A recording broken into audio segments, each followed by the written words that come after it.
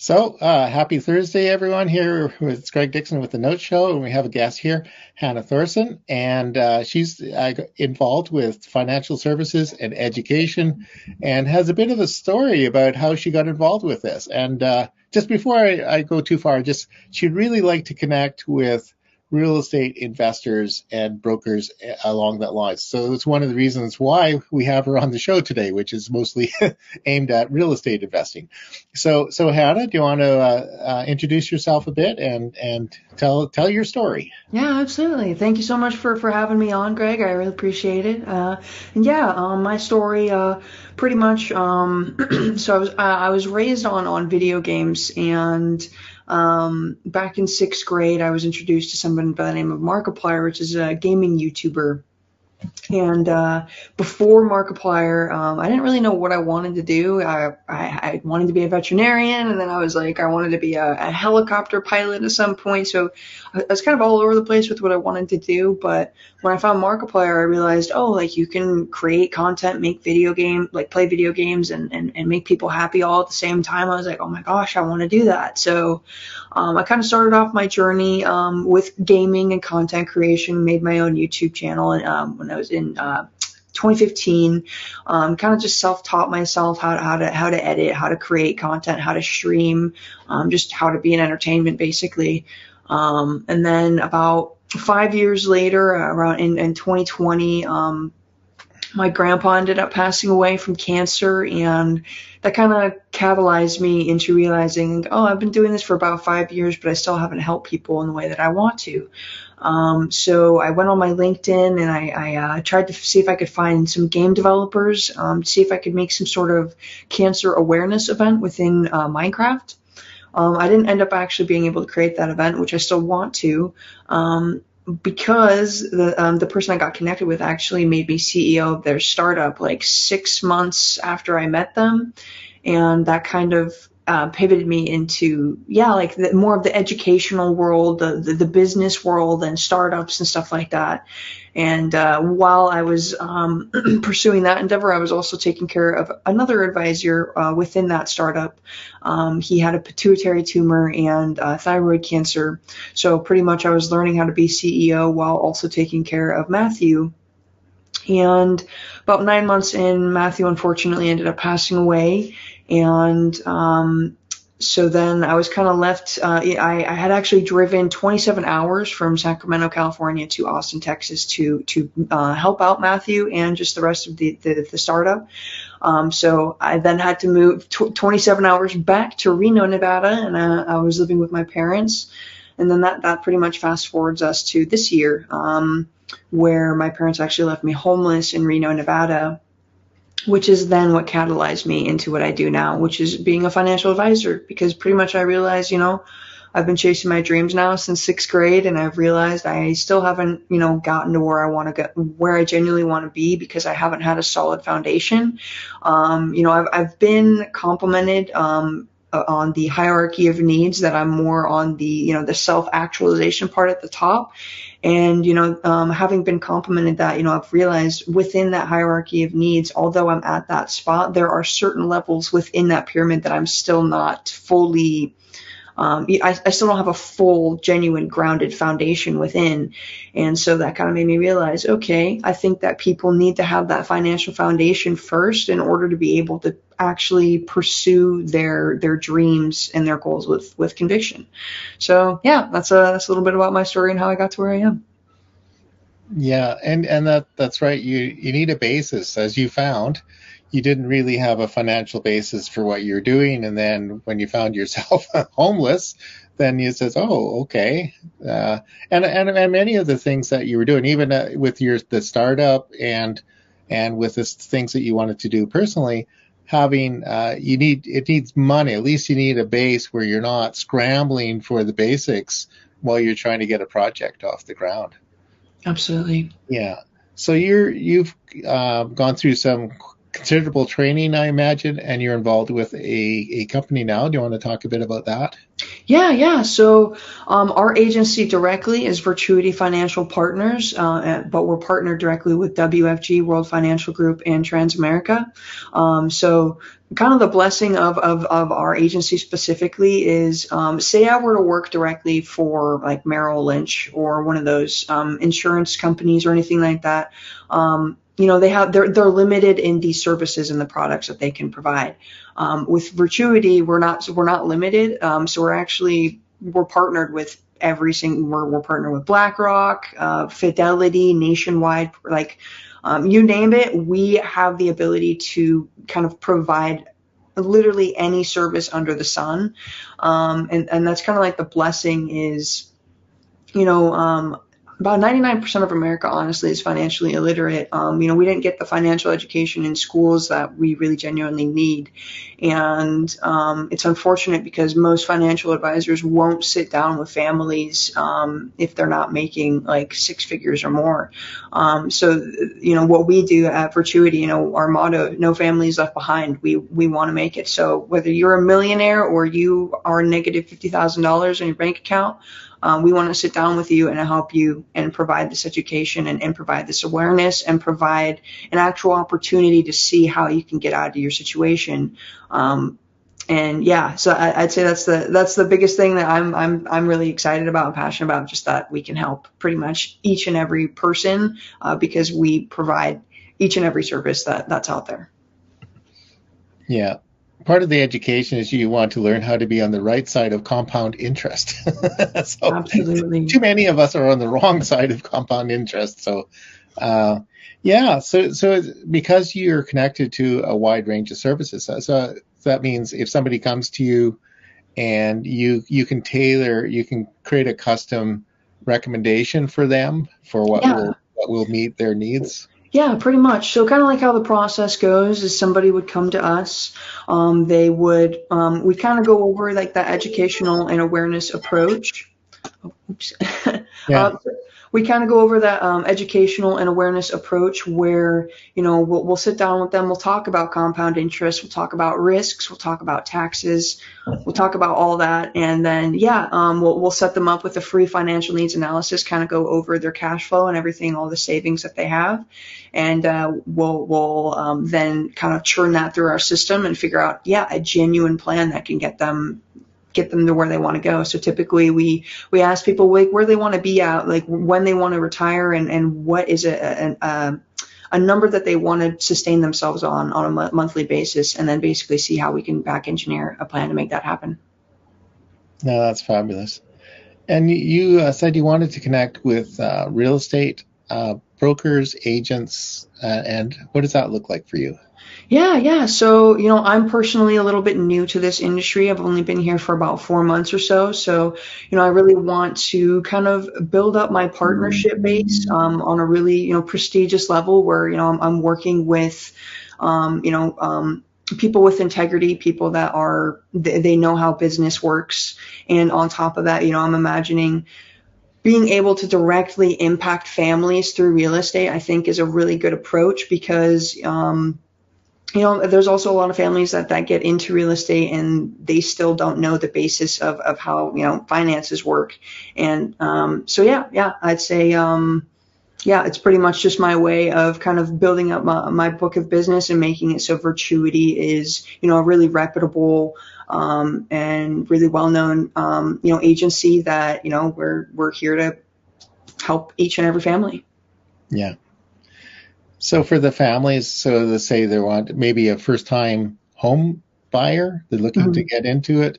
You help them with working out the financial situation, like calculating whether they can afford it. That's a big thing, housing affordability, especially in Vancouver, British Columbia, where my joke is $500,000 will buy you a really nice chicken coop.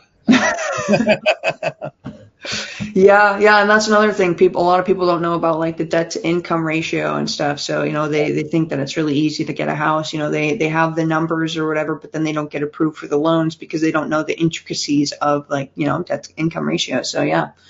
Yeah. It can be difficult in those areas when people don't know what they're getting into. So yeah, that financial needs analysis would also go over like, all right, like what things do we need to allocate differently in your budget to be able to, provide and make sure that, this house that you're buying is gonna not, bring you under, or it's not gonna, make it so, you're, because that's another thing, a lot of the, and this is also just personal experience based on my own parents too, a lot of the strain of families is the fact that, a lot of their 50% of their living expenses are going towards their house. It's going towards their food and stuff like that. So we want to figure out ways where we're releasing that burden, releasing that stress on families, because yeah, it's kind of like that stress will almost in a way break that family apart. That financial stress of the house, or that financial stress of all that will kind of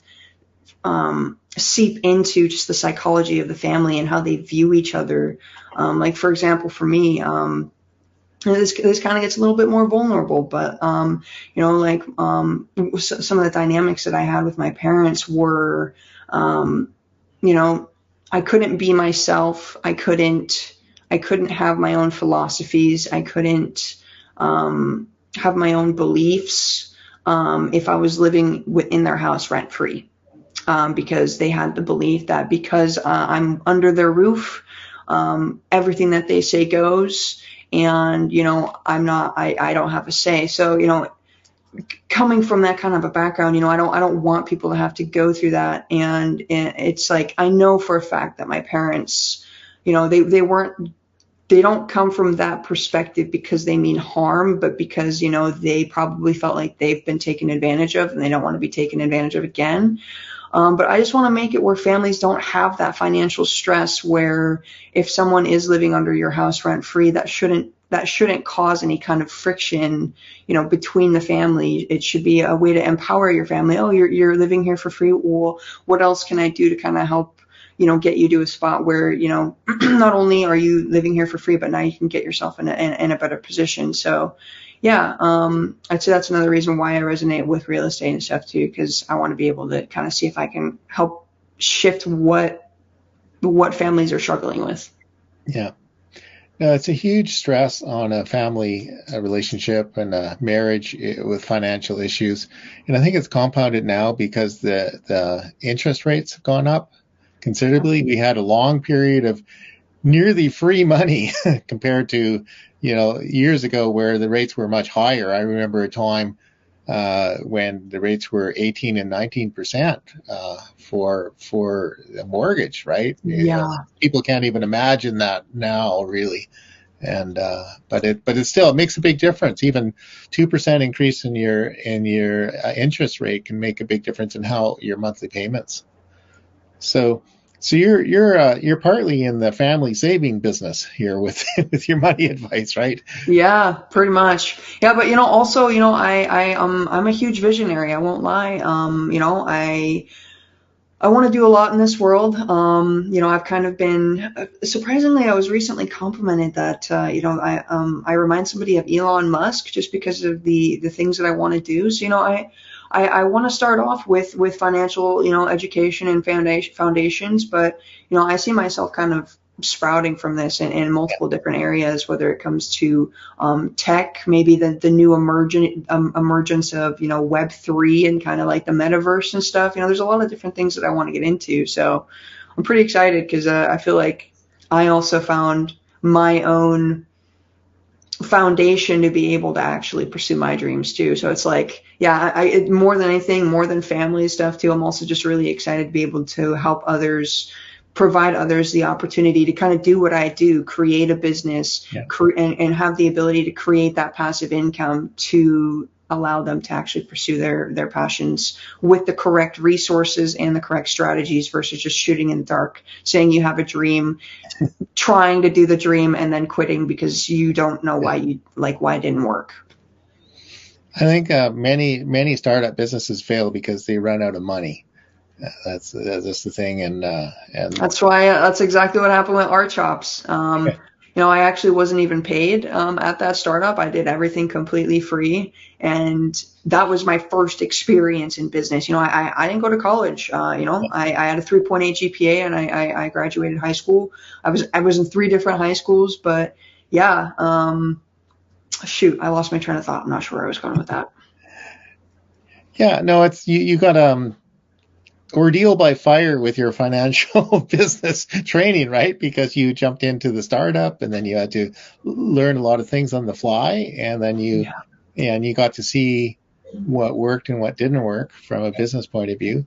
And then Hmm. combine that with your family experience and personal experience, then you have a lot of personal history to support what you want to do. And I really admire that you want to help make a difference in the world in various ways, not just financial education and services, but also in how people can pursue their dreams. Thank you. Thank you. Yeah. I mean, truly, I think people over product. We never know where we're going to be 5, 10, 20, 30 years from now. And, I genuinely believe that passion is purpose, purpose is passion. I think that people can have multiple different passions during their life, but within those passions, I think that each individual person has some sort of purpose and why they're here on earth. And for me specifically, I genuinely believe that I'm here to help people realize their highest potential. And, I don't want to limit myself to just the financial industry as a way to kind of help them realize that. So yeah, I love diving in all different kinds of, into all different kinds of things. I was actually curious. Would you be open to me sharing a vision board that I made while I was at Art Shops? Sure. Yes. Okay. This vision board, it was kind of, so, before I was at this startup, I, like I mentioned, I didn't go to college or anything like that. And about 5 months into being CEO of this startup, I had so many ideas in my brain, and I was like, oh my gosh, I'm like dot connecting so many different industries to so many different like goals and dreams that I have to so many, like I was like, oh my gosh. So I created this vision board. Um, and let's see here. Yeah. There's a present button near the bottom of the screen, and you can share. You should be able to share your screen. Let's see. Is it capturing? There we go. Yeah. Okay. So this is the first time I've actually shown this on more of a public setting. I've usually done these only on one-on-ones, but I'll just briefly take you through it. So pretty much, I started off just with art shops and just trying to see, basically, yeah, how we can revolutionize education in a way. And that went more into, so the left side, I was kind of figuring out the different ways that we can change education. A lot of our educational system is based off of Horace Mann and putting people into cogs in the machine, so then that way they make a profit afterwards. So, I wanted to see if there's a way that we can gamify the education system instead, make it where, kids are learning how to, yeah, and also, there's different ways that people learn. So, allowing children to grow in the ways that they're meant to grow, based on how they learn and their different passions and stuff. Yeah, just kind of making it a totally new system. That kind of got into more like just the logistics of innovation and just like how we go about everything. And then when we get into the right side, this is more of my personal, like what I want to do in the world. When I first, I didn't know about Elon Musk really until I met Matthew. Matthew loved Elon Musk and kind of showed me all these different things that he was doing: Neuralink, Optimus, SpaceX, changing Twitter to X, Tesla, Boring Company. I was absolutely fascinated by everything. So I was like, okay, this is sick. Now what do I want to do? And so I was and then you could see all these little like dots that are like connecting. Like I literally added those dots to connect all my different ideas of like how I want to integrate my own ideas into education, into like what Elon's doing. And somehow that got into like how to kickstart magnetic fields on Mars. Cause maybe I want to be an astronaut. I don't know. And then that also got into like, I want to see if maybe there's some way that we can change the economy. I want to advocate for an open access economy eventually, and maybe get us to that point in maybe 20, 30 years from now. I'm not sure how quickly that's possible to do that, but that would kind of go more into this, this different kind of city where, we're kind of, we're structuring how we live a little bit differently as well. But yeah, that I just wanted to kind of show you this to show you that like I made this in 5 days, and yeah, I guess my visions for the world are huge, especially just when my visions are big. No, that's perfect. Yeah, yeah. And you're young enough to achieve it, so you may actually end up being an astronaut at some time, right? Yeah. Yeah. It might happen when I'm like 50 or 60, because I'm thinking, I think I want to like do all of my earthly endeavors first, just in case I don't come back after I go. Yeah. Yeah, that's probably a good plan, especially if you're going to go to Mars, right? I don't think there's any coming back. Yeah. Yeah. Definitely. Yeah.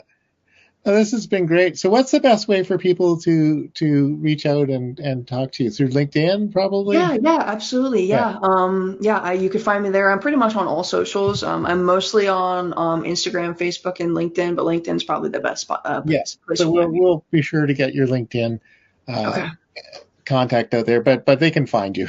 Yeah. Heck yeah. Most people on LinkedIn know how to find people. So, Yeah. And I have a pretty extensive network. I have a little over 1,500 connections, so you should be able to find me pretty easy. yeah, that's pretty good. That's pretty good. Yeah. Well, thank you very much. Thank you as I well. have a number of the people I've been working with are looking for creative ways for managing real estate, getting people into homes and finances, and also various investment engines and things. And so you can probably help in many ways, and they will have a fun conversation no matter what. Heck yeah. I love it. I love it. Nothing but good vibes. Yeah. Anyway, well, thank you very much. Thank you as well. This has been amazing.